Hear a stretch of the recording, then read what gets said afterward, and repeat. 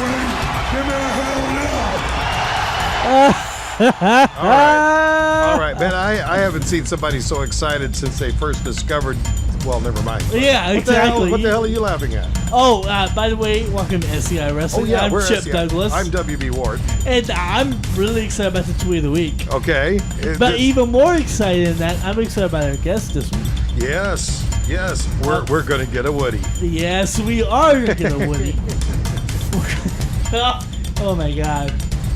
We're going to welcome Ring Rust Radio's own and Bleacher Report columnist, Mr. Donald Wood, back to our show. Yes. For SCI Wrestling. Uh-huh.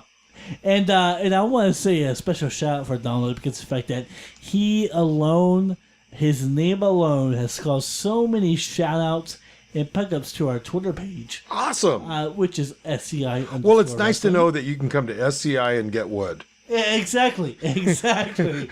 Oh my God, I'm gonna tell him that. No. Oh man. I'm ashamed of myself for even thinking that. And you should. Here we are, 2 weeks out from Wrestlemania. Yes. That stuff is real, you know. Yes. Okay. And you can tell, you can just feel the energy. Feel the energy beginning to mount and build as we all look forward to this with anticipated breath. Now, before we get into the tweet of the week. Yes. We got about 60 seconds till we hit the tweet. Okay. Let's remind everybody about our social media since we brought up the tweet. So, Absolutely. Okay, Absolutely. what about the Twitter? Facebook. Okay, I'm sorry. Facebook. Okay. Squared Circle Insider Wrestling is where you'll be able to go onto into there and to be able to find us. And also SCI Wrestling is where you'll be able to find us on our Twitter page. Yes. And then also, if you want to, if you dare, you can also email your questions to SCI@WBWard.com, which is my co-host, WBWard.com, at SCIWBWard.com. Email your questions often and whenever you want. And if we do broadcast your question, don't forget you win the MDB air guitar. Yes. Free. Absolutely free of charge. What'd you call it? MDB. Oh, what's MDB? I don't know. I Could forgot it their be name. Let's get on this. Yeah, let's do this since I blew that line. Oh, good job. Well, I don't know what you've been taking today, but I want some. Okay, now you've been excited about this tweet of the week. The tweet of the week this week is brought to you by Cranky Vince. Vince. And for those viewers out there who are under the age of 18, go ahead and close your ears now. Because this is speaking about Daniel Bryan. Or, I'm sorry, it's speaking about Razor Ramon being inducted into the Hall of Fame. Razor Ramon. Having an orgasm as I blow my stack on my headset.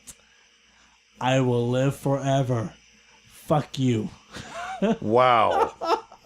Wow. Wow, that's exactly right. Am I the only person in this room who's sober? Yes. Oh. Well, that answers a few in this room? right there. Okay. Because it could be a three-way conversation here in a couple minutes. Oh, maybe so. You ready for me to hit this telephone and get Mr. Wood on the line? Call him up. Okay, let's call him up. He knows where I'm calling, right? Possibly. We're going to find out.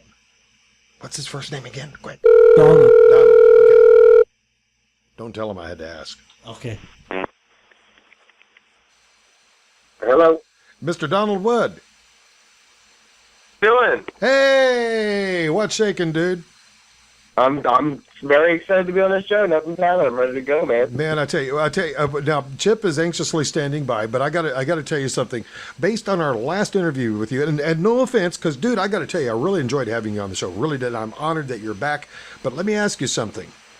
Have you come out of your shell yet? Yeah, right. I only have one gear, and it's all in. Man, you're not kidding.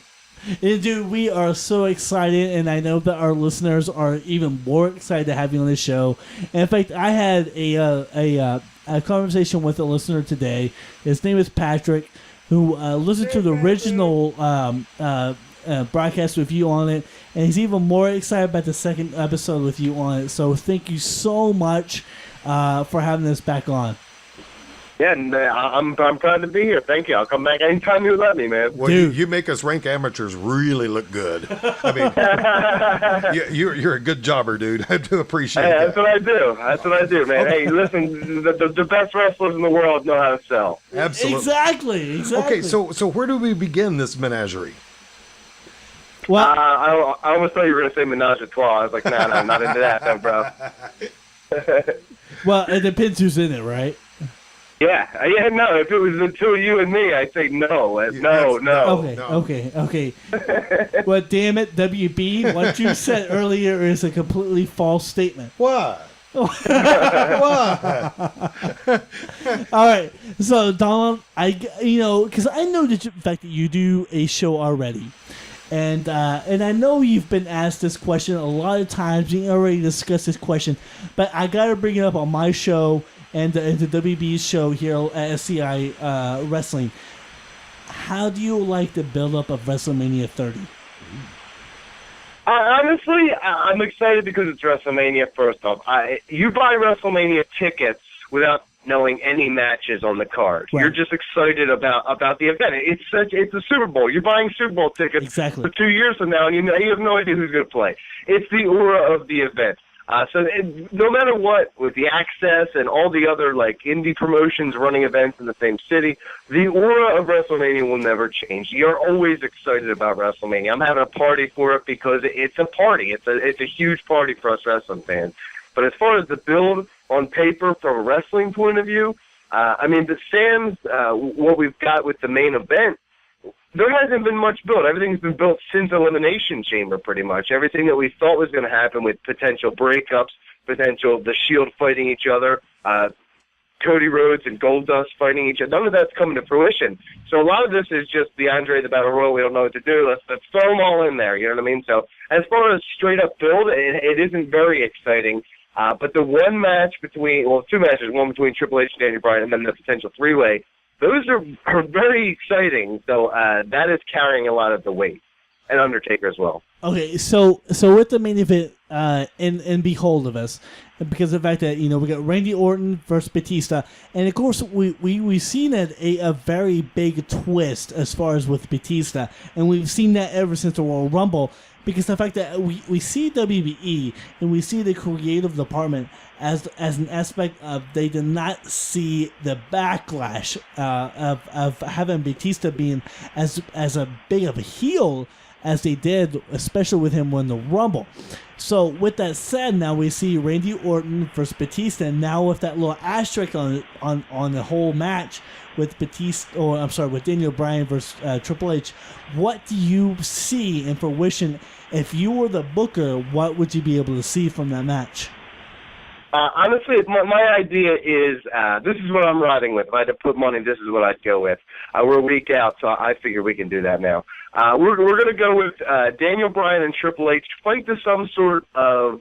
Daniel Bryan gets the victory, but it's going to be either by disqualification or whatever the end result is. Triple H does not look weak. He beats Daniel Bryan down. Daniel Bryan gets the victory, and he advances to the main event, but he's beat down. You're like, how is he going to... Or maybe he even gets stretchered out. Yeah. Something really, really visual where you're like, oh, man, there's no way he's making it to the main event. Then you can start the main event between Orton and Batista. The crowd's going to go crazy. They're going to hate on it. They're going to poop all over. They're going to say, we don't want this.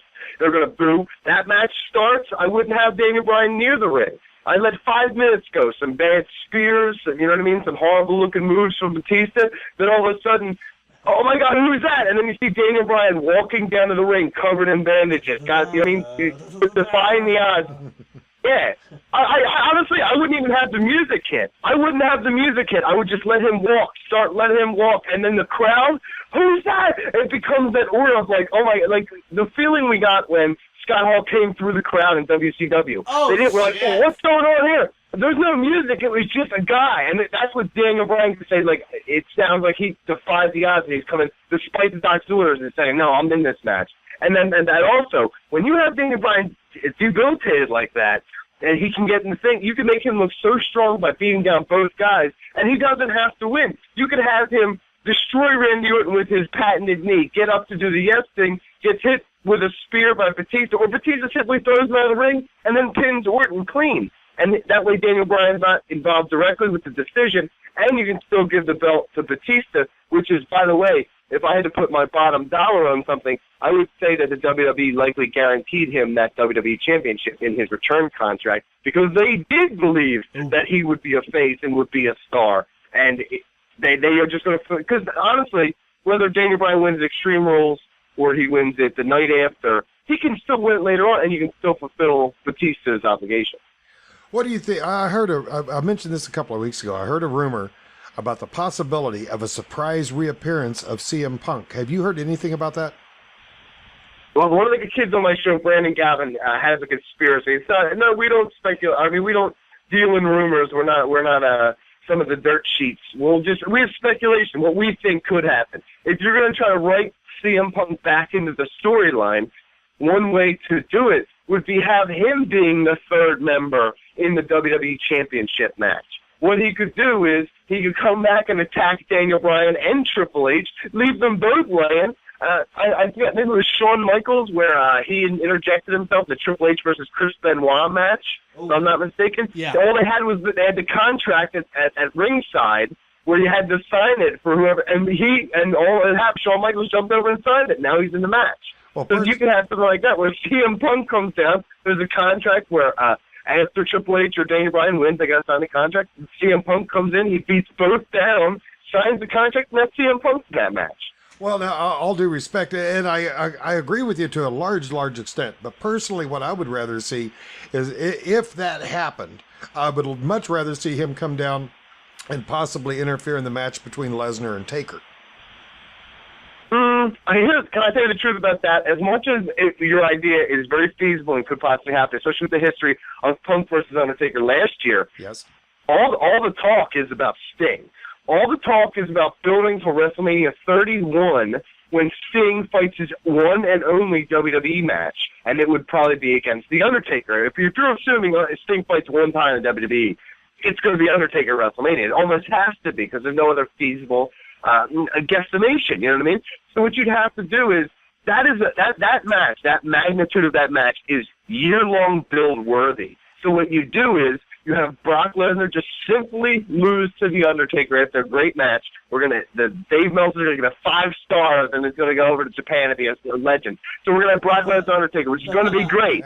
But on the Monday night following, I want Sting to show up in the rafters or show up on the stage and just simply point to Undertaker and with his bat. And then from that point on, you have a year-long build to what could be one of the biggest matches in WrestleMania history, Undertaker versus Sting. So I think Undertaker should be doing other things besides CM Punk. It's not going to benefit CM Punk to just lose to Undertaker again. He did that already. That he's not Triple H. He doesn't have to steal that glory once again. He can do other things. But I think they get him associated with the WWE Championship team where he should be. Okay, so with that said, you actually brought up something that's on my format sheet, and that's the comeback of Sting being able to come back, because what we have heard and all the rumors that we've heard, and I'm assuming that you've heard as well, is that he has signed a deal with WWE to be able to do one match, and so we presume that one match would be with The Undertaker at WrestleMania 31, but with that said, with the legacy of Sting and with the legacy of The Undertaker, do we really want to see the legacy of Sting to be able to go out on The Undertaker as opposed to be able to build the future of professional wrestling as we see it and be able to lose as someone that actually would be able to give credibility to? Someone like a Dean Ambrose or the other two members of the Shield with Seth Rollins and Roman Reigns, because the fact that with the Undertaker beating Sting, or even the opposite of that, Sting being Undertaker doesn't give anything for the Sting. Undertaker being Sting doesn't give anything for himself. So, is the Sting versus the Undertaker really the best opportunity for a really strong WrestleMania 31 in San Francisco?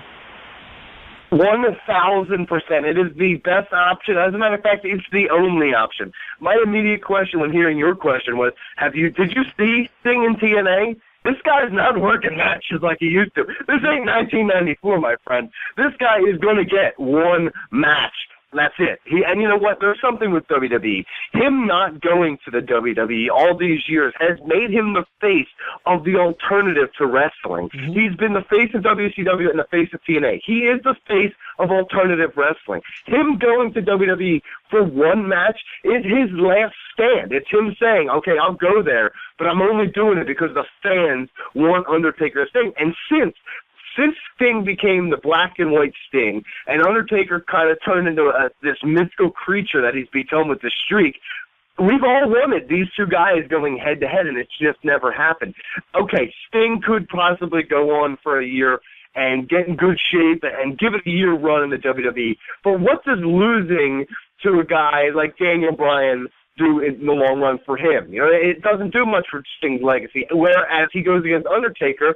He has one WWE match. It's against Undertaker, and while he didn't lose, or while he didn't win because he wouldn't beat Undertaker, he would definitely go out like a champ. It would look amazing. If that's his one moment and that's his last time we ever see him in a ring, that's amazing. And he's going to get in the Hall of Fame the next year. There's going to be Hall of Fame, and it's going to be an incredible 2-year span. And I think that's the only way you should use him, because any other way will adversely affect his legacy. Yeah, but you brought about the Daniel Bryan future of him, because the fact that the ultimate reason why we bring back the future the older stars like Undertaker and Sting is to be able to build upon the future. So why would it hurt him losing to someone like Daniel Bryan or even Seth Rollins or Dean Ambrose, those young guys who are just starving for the opportunity to be able to become stars in the industry, to be able to headline themselves WrestleMania 35 or 36 or 37? Because he's not good in the ring, and it'll start. Listen, when you see guys like him, he's not good in the ring anymore. A guy like Undertaker understands what Sting is going through. He's like that same age. They can work a brawl, an old school territory style, just brawl. Some blading, just an old school brawl. That is what they're going to do, and that's what you should expect from Sting. If he does that, if he just does an old school brawl against, think of a top heel. Say you're trying to build Cesaro. That's the guy you're trying to build, and you put him against Sting, and he beats Sting. Let's say he beats Sting. And that's huge for Cesaro. That's huge for Cesaro. But that's not how you got to think about Sting's point of view. He doesn't want to go to WWE to put a guy over. I mean, while he probably wouldn't in his heart of hearts, he knows what the Sting legacy is about, and he cares about that. That's why he never went to WWE, because he cares so much about his legacy. Good point. He's not gonna come to WWF and just start putting WWF. Jesus, I've been watching too much network. So he's gonna come to WWE, and he's gonna do his thing, but it's gonna be about him as well. And like I said, the only way you get a man who's never signed with WWE to sign on that dotted line, to sign with dreaded Vince McMahon, is if you say you're going to fight Undertaker at the biggest show of them all, and then you're going to go away forever. And then you know what? That sounds like the ultimate way to go out on top. Even if you're losing, in wrestling, wins and losses don't matter. Chris Jericho yelled at us when we interviewed him, because we said, well, you lose a lot, man. He said, wins and losses don't matter. He pretty much called me a mark. I was like, yeah, okay, Jesus. But Undertaker, Sting knows that if he loses to Undertaker, that's as big as any victory he will ever have in the WWE. The only thing that I would be concerned about with the scenarios that you are drawing here is your scenario makes the presumption that the Undertaker is going to be facing this one going at 22-0. Next one would be 23-0, and that's the one you're speculating on that he's going to win, and that's going to presume that he will make a 23rd year in appearance. My only question is, do you really think The Undertaker has enough gas left in his engine for at least 3 more WrestleManias? Okay, I'm going to pose a question immediately back to you. Last year's WrestleMania, The Undertaker match with CM Punk. Did you love it? I loved it. Did you see any inclination that The Undertaker is losing a step, or is he slowing his pace down and becoming more methodical? He works one match a year. I do think he is becoming a little slower. Yeah, but he's become more methodical with it. He's incorporated new. That's one thing. He's adapted and he's overcome. He's incorporated more MMA moves. He's become more cynical and more. He stalks his prey more, and that's he's building off his. He's building to his strength and hiding his weakness as well. And honestly, I don't see why he couldn't go 3 more years at WrestleMania. Why couldn't he? The last 3 WrestleManias where we've all said, "Oh, Undertaker looks fragile." All the reports, Undertaker's had these 9 surgeries. He looks fragile. He's not going to work. But hold on. Earlier in the year, I read a report on the dirt sheet that said Brock Lesnar can't work with Undertaker. He's too rough. He wouldn't go to his gym in Texas and train with him. Well, guess what? Apparently, he went to his gym in Texas and trained with him, and he's not too rough because this match is happening. The Undertaker works 1 match a year. He's going to get healthy for that match. He could do that 3 more years, no problem. This guy's a pro. If Hulk Hogan can fight a Bound for Glory 2 years ago at like 79 or whatever he was, Undertaker's got 3 more WrestleManias. Okay. All right. So I hate to beat a dead horse here. So from what I've seen in what we're gathering, he beats Brock Lesnar this year, and then after that he beats Sting. He has to face John Cena at some point. So we're looking at WrestleMania 33 at that point.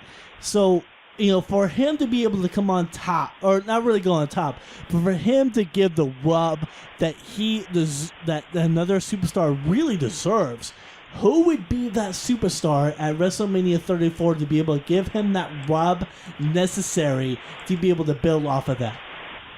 I don't think Undertaker has to lose. I think that the notion that Undertaker is going to lose the streak eventually isn't necessarily there's no validity to me. Why would Vince McMahon end the streak? What does John Cena? John Cena is already the biggest star of this generation, exactly, and one of the biggest stars of all time. And you know what? You're not going to sell me on Daniel Bryan. You're not going to sell me on anybody because no one deserves to take the streak away. And it's the truth because this guy has built something. And look, Paul Heyman spelled it out the best. You have guys, legends of the sport, who've never gone past 4 wins at WrestleMania in a row. 21, now to be 22, possibly 23, 24 by the time we're at the end of it. Listen, this is something to where far beyond when Undertaker is out of wrestling and he's retired and him and Michelle McCool or whatever her name is are just living happily in the sunset, he is going to still have the streak merchandise and he's still going to have that aura and he will always be. As a matter of fact, with every year that passes after the streak is not defended anymore, it will go down as a bigger feat. Like, we'll look at it and be like, oh my God, I can't believe The Undertaker. I got to see The Undertaker win 24 matches at WrestleMania in a row. That's insane, you know what I mean? And they'll build every single year until he's already at mythical proportions. It will only continue to increase as he goes on. There's no reason why I would give any. You can have Cena fight him and lose and get a pretty great rubs. It happened to CM Punk. CM Punk just decided to cry and run away from the sport for a while. It's true. Remember when he lost to The Undertaker, he came back and took 3 months off. All the momentum that he had built from the Undertaker match, he took off, and he didn't build on it. That was his fault. Okay. So you completely took this show to a completely different spin here, because of the fact that now you brought up a completely different situation. What is going on with CM Punk? Because I know the fact that I just listened to your past show with Kofi Kingston on the show, who's an active WWE superstar. So I don't know how much news you really have, but what is going on with CM Punk and his opportunity to be able to come back to WrestleMania 30 or the night after? Now, I have nothing. Honestly, it's just all the reports from the reliable dirt sheets say that CM Punk and WWE have minimal communications. But honestly, this is one of those situations where we're never going to know the truth. There's so many lies out there. Everything's so diluted. We're never going to know. The only people who know, CM Punk, Vince McMahon, Triple H, and that inner circle of people know the exact details. Honestly, while there's a chance he could come back at WrestleMania 30, my gut says he is not coming back anytime soon. If he gave up the WrestleMania payday, which is the biggest of the year for a wrestler, it's huge. It's the biggest, and he was likely going to make at least 7 figures in there. He was going to make over $1 million at least, right? Yeah. So from honestly, what we've heard, is he was actually scheduled to be within Triple H, which would have been close to the main event.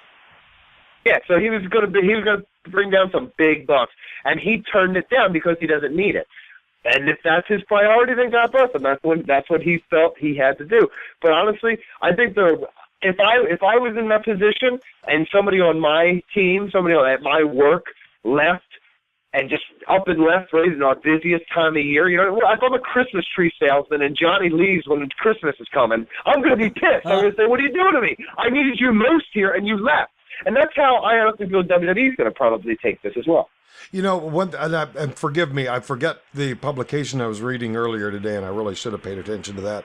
But they were talking about the thing with CM Punk, and they brought up the idea that since CM Punk, as you mentioned, has just virtually cut off all communication with WWE, so there's almost nothing going on there. And it's not just that, it's anybody associated with WWE, including some of his closest friends. He has cut off all contact, according to this one publication that I was reading today. There almost seems to be an underlying indication with that CM Punk, not the WWE, but CM Punk is probably sitting on something that would create the little bit more than meets the eye kind of thing. And if that's the case, if you were to speculate, what do you think that would be? Well, initially when I hear that, I don't think it's anything. I think it's just a guy. Listen, Stone Cold did this. Stone Cold has come clean with how he felt during that period and how he felt overworked, and it was a storyline that he didn't want to be a part of, and he left. He regrets it now, but he just said, you know what, I've had enough. I don't need this anymore. I'm going to split. I think that's what CM Punk did. I think CM Punk is not coming back anytime soon. If he does, I think he's going to take at least a year off, and he's going to go and do his own thing. Maybe I don't think he's going to do MMA, but I think he's going to do his own thing. You know what I mean? So I don't think that there's any kind of big. I feel like JBL yelling at Michael Cole. Michael, helicopters, Michael! I don't think there's anything. I just don't think there's anything to this, to be honest with you. If he's going to do anything out of pro wrestling, I do indeed most sincerely hope he starts some kind of a hockey league or something, because I think between he and Chris Jericho, I think that would just make an awesome contribution to the sport of hockey. I think they both have something great to contribute there, and they're definitely talented in with that. Yeah, honestly, that would be really cool. At least as part owners or something of a team, just to help promote it. All right, so with that said, because we're talking about the the appearance of Sting. We're futurizing the appearance of CM Punk. So whenever a future appearance really stands out, we always see it the night after WrestleMania. And the fact that, because we look at 2 years ago, the appearance of Brock Lesnar, which was huge. And then this past year with Dolph Ziggler really coming back huge. So what do we really presume it to be a huge, spectacular? What would be that huge moment in New Orleans that we could possibly see at WrestleMania 30 the night after, of course, in New Orleans on Raw?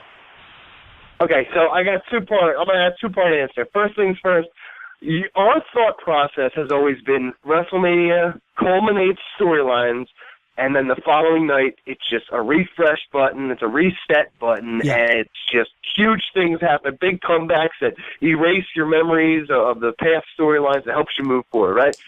That was on pay-per-view. Is that going to change now that there's a WWE Network? Are they going to hard sell you to buy the WWE Network by having a giant name come back on WrestleMania because it was on the WWE Network? Is the night after Raw not as important anymore? I don't know these things. But those are things you have to think about. Because if I'm selling you something and I'm giving you something, you're going to watch Raw regardless after WrestleMania. We're all going to watch Raw regardless. But if you hear Monday morning and you didn't get the WWE Network and you hear, oh my God, I can't believe that Sting was at WrestleMania 30 last night and I didn't have the WWE Network, I'm never going to let that happen again because they flipped the script on things. You know what I mean? They have the power to do that because now they own that pay-per-view right. You know what I mean? Yeah. Because I actually read or heard something about today to where I think it was on MLW radio about how they talked about Bret Hart refused to lose on pay-per-view shows, and the reason why he refused is back in WCW days. He refused to lose, he would be okay with losing on pay-per-view shows because of the fact that more people watch live TV shows like Monday Night Raw. You know, I don't think SmackDown was around when he was there, but more people were inclined to watch the live shows like Raw than they would to be on pay-per-views. So with that said, with the WWE Network, which I know WB Ward has like his own spectacle, far out. I don't want to say unrealistic, but far out ventures about how he feels about it. How do you see wrestlers really grasping that concept? Okay, as far as the define your question. I'm confused by the question. What do you? I was too. And quite frankly, I got a little lost there too. I'm just trying because I don't want to answer your question incorrectly. Just try to specify again. Say it again. Okay, so because Bret Hart specified it apparently to Conan on MLW Radio that was this I'm sorry. Was this WCW WWF we're talking about? WCW. Okay, but hold on. Let me stop you right there. Because okay. Bret Hart was so misused in WCW that I wouldn't. If you listen to some of these Legends of Roundtable that you can watch on the WWE Network, where they talk to Bret Hart, and they talk to Pat Patterson, and they talk to the guys who are behind the scenes at WCW, Mean Gene Okerlund, watching this stuff happen, they had no idea how to use Bret Hart. He was so misused that he had to tell the promoters, I'm not losing here. I'm not. So he always got a bad reputation to me. So in that sense, honestly, I've always believed that it's WCW's fault how he was forced back because they didn't know how to use this guy. He was one of the top stars in the business, honestly. You know it. We love this guy. He was one of the biggest. He was the Daniel Bryan of then because he was an alternate star to Hulk Hogan. Yeah. He was the alternate. And that's the guy you loved if you didn't like Hulk Hogan. And you liked in-ring work. You loved Bret Hart. I loved him. But he went to WCW and he was treated like poop. You know what I mean? So that's why he had to say pretty much like, okay, I'll lose on your pay-per-views because that's what you want, but I'm not going to lose on free TV because I have a reputation. That's why his great promo he cut before he fought Bill Goldberg was, I came to WCW to earn a reputation, not lose it. So you know what I mean? So does that answer your question? I'm sorry. I hope it did. No, it did. It did. And it actually really segued to my next, to some of my next subject here, because we're talking about horrible television, and we're talking about WCW. It will probably bounce back and forth here, just FYI, Donald. But because I know I keep up with this, and I know WB doesn't. But I know for a fact that you do because of the fact that you write about it every single week on Bleacher Report, which is at BleacherReport.com, about TNA. So, I mean, I watch TNA as much as I can. What is your honest opinion about TNA and then the standpoint of where they're at right now? Well, TNA has to embrace that they are... Okay, this is that's a really deep question, okay? First things first, as far as an entertainment standpoint goes, I mean, the writing, the creative team lacks some direction. It's even kind of with Dave Lagana? Yeah, well, you've seen it, right? So you can justify. Listen, one guy can't do everything. Right, you got a guy like, you know what I mean? You got a guy like Bray Wyatt who writes his own material, and then the rest of the card could be garbage because you know what I mean? Because it's written by different people. Dave Lagana can only do so much. Dave Lagana could write a great storyline, like James Storm and Gunner. That's a great storyline going on right now in that company. But then you got, you know what I mean? You got 9 other storylines going on that are absolutely across Sam Shaw. You know what I mean? Stuff like that. Everything's written by Jeff Hardy is Willow, my friend. So there's everything going on at one time. As far as TNA goes as a business point of view, if it just embraces that it's the number 2 company in the world, it has a great, or not, at least in the United States, has a great television deal, has really good talent, and started playing on more to the fact that it's a wrestling company and not so much a sports entertainment company. I think it could do very well. It could have great success. It is achieving 1.0 right now. That is its median number. It's consistent all the way through all the time. You know what I mean? If they could do that, they can maintain a television deal. Why not? This isn't working right now. Whatever's happening right now isn't working. Why not go back to what worked before when you're getting better ratings or it's more interesting? Just focus more on the exhibition. Focus more on in-ring work. Tell stories through the in-ring work and also tell stories through actually talking, through segments. You know what I mean? It's just been totally awful. You know, as we've been approaching this WrestleMania, since we've been talking about the writing and the creative staff, I've noticed, at least what I think in the past couple of months, a little bit of an improvement in the creative department. Now, with you being so steeped in wrestling history, there's one thing that I wanted to know about based on something that I saw happen on Raw a few weeks ago, and that was when they did the bit where Daniel Bryan took over the ring and held Monday Night Raw hostage, and they brought in what had to be over 100 people into the ring. I know you had to have seen that or at least read about that. Personally, I was absolutely floored by that. I thought that was just an awesome promo that they did with that. Are you aware of any other time when they brought that many people into the ring in any promotion at any time where it was apparently people from the audience just coming in? Yeah. Oh, yeah. Really? I am from Philadelphia. I love ECW, and if you remember, I think it was Rocco Rock and Johnny Grunge, Public Enemy. They brought everybody in the ring, and there was a bunch of people jumping up and down the ring, and they broke the ring. If you remember, if you could actually go through the old footage of ECW, everybody. I was actually a little kid going to these events, and they're jumping up and down the ring, and the ring post broke, and the whole ring stalled.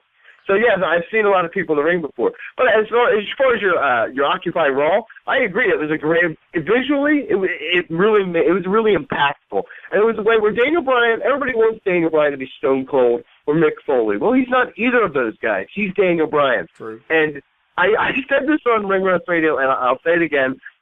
I viewed him in that moment as like Mahatma Gandhi in a sense, because it was a peaceful objection. It wasn't, I'm going to stone cold you and stun you. I'm not going to, fill your car with cement. He peacefully objected until he got what he wanted. In that vein, in that moment, he was Gandhi-like. And it was like, wow, but that fits his character. That fits who he is as a person. If you see him behind the scenes, if you see him on Total Divas, which hopefully you don't have to watch, but if you see him on these shows, he is. He's very into nature, and he's very into saving the environment and all this stuff. And he doesn't seem like the guy who'd flip you off and spit beer in your face or run you over with a beer truck. He seems like the guy who would peacefully object until he got what he wanted. And you know what? In that vein, it fit his character, and that was his stone cold moment, if you'd like. But the great thing about Totally Divas is we really see John Cena at his best as he tells Nikki Bella, come to the principal's office. So, so as much as we can nag on Totally Divas, that's always a fantasy that I've always had. I don't know about you, WB. I don't know about you, Donald, but that's always something that I've always pictured myself always telling Nikki Bella. Come to the principal's office. Come to the principal's office. Let me say something about Total Divas. Oh, yeah. The only the wife who watches it, and I watch it when I have to when I'm walking through the room. Wait. So your wife watches this. Wait. Let's clarify for the listeners. Oh, here we go. go. Your wife listens or watches Totally Divas. Yeah, well, yeah. The first things first, because it's not geared to me and you. It's geared to women who watch shows like the Kardashians and stuff, the Total Housewives, all that stuff. This just fits in that mold. As a matter of fact, little dating advice for the men out there. I'm sure there's a lot of single men listening to this because that's our target demographic. WB, for example. Yeah, listen. No, the truth is, if you find a woman who knows Total Divas, you know what I mean? That's a way to start a conversation because you know the wrestlers, you know the divas. You can fake your way through some conversation. You can make it happen. So that's a great starting point. Well, now I've always worked into the contention that I could have any woman I please. My problem is I don't please any of them. But that's a different story. Been there, done that, my friend. Plenty of disappointment. Lots of apologies and tears. That's my wake of destruction. Absolutely, but no kidding. Thanks for clearing me up on that. I'm gonna have to look up that footage on YouTube because, quite frankly, when I saw them doing that takeover on Raw, I thought, well, at least it was true for me. I was finally seeing something on the WWE I could truthfully say I had never seen before, anything like that. So for me, that was brand new. Certainly, that's never been done on WWE before. Has it? No, not that I can recollect. No. Now he brought up the point of it happened on ECW before, which is on a previous episode that I brought up the fact that I possibly seen it happen on an ECW type taping. So with the latest rumors that we've heard is Mr. Monday Night himself, RVD, and yes, for our listeners at home, I did do the thumb points towards me like RVD did. WrestleMania 30 rumors towards the Andre the Giant Battle Royal. What do you think about that, Donald? Yeah, I think that'd be perfect because that's one of those guys who, if you announce Rob Van Dam ahead of time before WrestleMania 30, how many extra buys is he going to get you? None. Not many, right? Few, if any. As much as I love the guy, I mean, he's not the star that he once was. But with that said, he's still a really big pop. Fans are going to go crazy when they see him, when that music hits. I mean, there's still a big effing star, as you would say. Yeah. So what I would do is you bring him back in the Battle Royal. That's a great idea. That sounds like the perfect way to bring him back into the fold, to get him a big pop, to get WrestleMania a nice big pop, a nice way to add another big name to the card. But if I could talk about the Battle Royal for a minute, if I could have my wish, I would have 28 guys in the ring, because I feel like you're going to have 20 guys in the ring, and then you're going to get 10 ring entrances on the WrestleMania pay-per-view. Yeah. You're going to get like some big names that you're going to go, because the match starts and everybody's already in the ring. So it's not the Royal Rumble, so everybody's got to get in the ring first. So you have a couple guys going, Rob Van Dam, oh man, Chris Jericho is here, whoa, whoever comes back, right? Then what you have is I would have Hulk Hogan announcing them, like botching every name, like, oh man, it's Rob Van Dam. Yeah, it's like real good, Hulk. I would have him announcing, and then at number 28, when it's number 29's turn, it's have Max Mono. I would have Hogan announce himself and be like, I'm in this thing, brother. And like he starts waddling to the ring with his bad knees. And all of a sudden, the lights cut off and you hear like, and I'm number 30. And then the Ultimate Warrior comes out. So you have the Ultimate Warrior and Hulk Hogan as your 29 and 30. It would just be, because in the Battle Royal, look to the territory days. I love wrestling history. Haystacks, Calhoun, Andre the Giant. These guys were just huge human beings who dominated Battle Royals because you couldn't flip them out of the ring. They've been teasing Big Show, and they've been subtly teasing Alexander Rusev, these possible big guys who could win this thing. Well, you know what? Let's swear on everybody. Let's add Hulk Hogan and the Ultimate Warrior to this thing. You know what? I would somehow let them clear it to where you have a remake of WrestleMania 6, Hogan versus Ultimate Warrior. Right. So boom, I would have at the end of the Andre the Giant Battle Royal. I would just have Hogan versus Ultimate Warrior. But this is why I'm not booking. Well, that's a tough one because the fact that. Because you bring up to a previous argument that I presented before is the fact that as much as wrestling historians that we present that that historical moment that we love to see again, it doesn't build the future of professional wrestling. So with that said, with the Andre the Giant Memorial Battle Royal that we have seen, if they were to build someone off of that, what would you be able to see happening from that? Oh, well, like I said, if my crazy conspiracy theory of Hulk Hogan and the Ultimate Warrior reenacting WrestleMania 6 doesn't come to fruition, listen, that doesn't come to fruition, which, spoiler alert, it's not coming to fruition. I see a guy like, this is a perfect opportunity for a guy. Don't forget he's got to carry out a big stupid trophy for a year. So you got to figure, I think this is the perfect chance to put Alexander Rusev, who I've seen wrestle, who's fairly decent as a big man. And yeah, right? So he is fairly decent as a big man. He has kicks, he has jumps. For a big guy, he is very, very athletic. But he also has Lana, and she can carry that goddamn trophy, and that can't be underestimated. So that would be a perfect way because it's a perfect way to bring him to the roster. He's immediately on the roster with momentum. He carries a goddamn trophy for it. You know what I mean? So he's going to look strong as hell all the time. So I think because it doesn't help Big Show. It doesn't help Mark Henry. It doesn't help the big guys who were supposed to win these over-the-top Battle Royals. Exactly. But it would help Rusev. It would be a huge boost to Rusev. Hey, I'm going to change jump tracks here for just a moment. According to a world-known syndicated radio show called Ward's Daily Almanac. What show is that on?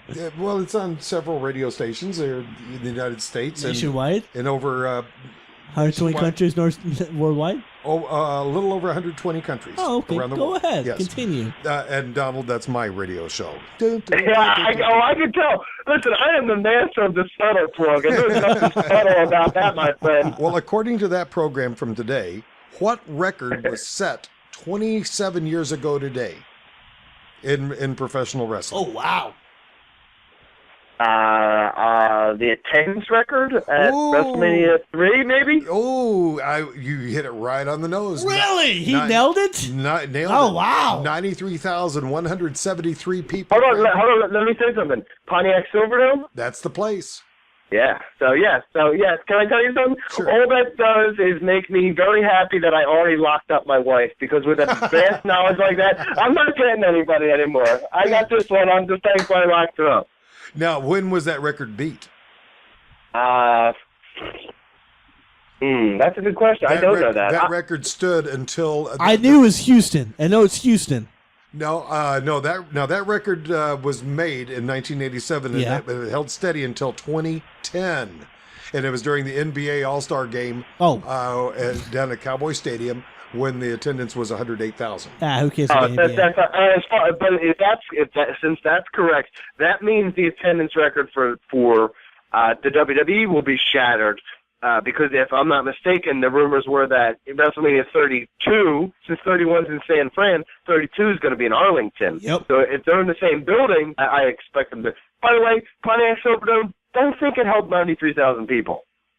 So, I mean, if that's classic Vince McMahon altering the numbers, if I've ever heard it. Well, that could be, but that's the official count, 93,100. Yeah, so I don't know. I think they can fit more than that in Arlington, if I'm not mistaken. Since they fit in there for the NBA game, I assume it's definitely possible. So I assume that when they go back to Arlington, they would probably beat their own personal attendance record. Now, of course, in that match, of course, in that particular WrestleMania, that was the one where Hogan pinned Andre the Giant after doing that famous body slam, and a lot of the people.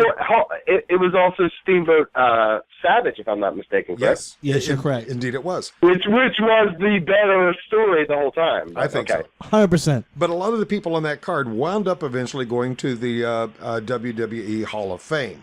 And speaking of that, with all of the Hall of Fame inductees that are coming in this year, are you disappointed? Are you impressed? Are you satisfied? Would you have rather seen other people make it into the Hall of Fame this year? How could you not be impressed by this class? It's incredible. Like, after the first three, I was like, okay. You got Ultimate Warrior, who's one of those guys like Savage. You're like, he's never going in the Hall of Fame. Yes. After all the talk, it was Ultimate Warrior, Bruno, and Macho Man were the three guys who, because of the relationship with Vince McMahon, I never thought would get in there. Well, it really shows me that Vince McMahon has taken a step back, that these kind of guys are really getting in there now. You know what I mean? These guys are getting in the Hall of Fame because it's guys like Triple H who are handling that kind of interaction. So you have a class that includes the Ultimate Warrior, Jake the Snake, Razor Ramon, Paul Bearer, Lita, Carlos Colon. Who else am I missing? Am I missing anybody else? Paul Bear. But that's stacked. Yeah, that's stacked. That's an incredible class. That is, and honestly, that's almost.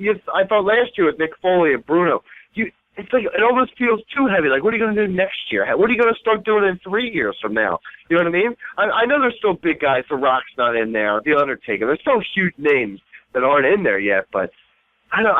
Listen, I'm not going to complain. As far as if you're selling me the WWE Network, this is live on the WWE Network this year, This is a class that's going to appeal to every wrestling fan, no matter where you come from, no matter what generation you herald from. You know what I mean? Even the Puerto Rican fans who love Puerto Rican wrestling, Carlos Colon, what the hell is his name? Carlos Colon, right? Carlos Colon, yeah. You got it. Yeah.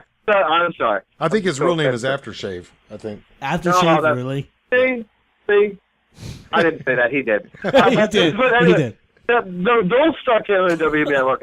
You don't want to see this stuff. So it's a win-win for the WWE. They're doing everything correct. As much as I want to be mad at them for the way they've handled things in the past, they are handling this WWE Network and the WrestleMania season flawlessly right now, and it's angering me. Well, now, being a wrestling purist, I mean, I think I could accurately describe you as being that way. Do you have any problem at all with non-wrestlers getting into the Hall of Fame? Well, in the sense that there's Mr. T is the other one I forgot. Thank you. Well, no, Mr. Celebrity. T. But he even though he's a celebrity, he at least did do some matches.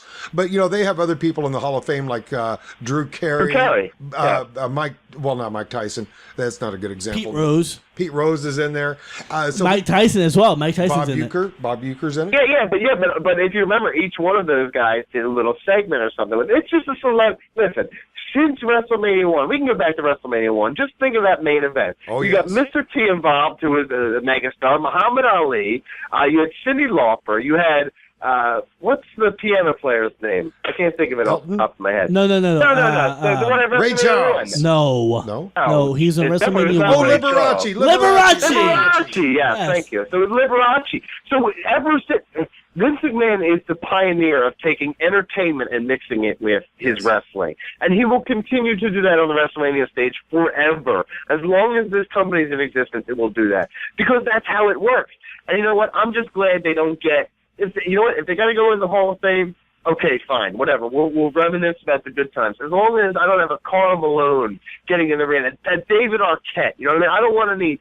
I realize they've taken a big step back as far as mainstream stars getting involved in matches, you know what I mean? Right. I think they had a lot of that with The Rock, with the good crossover of that. You go back to with Mayweather and Big Show, and when that movie The Wrestler came out with Jericho and whatever that guy's name was.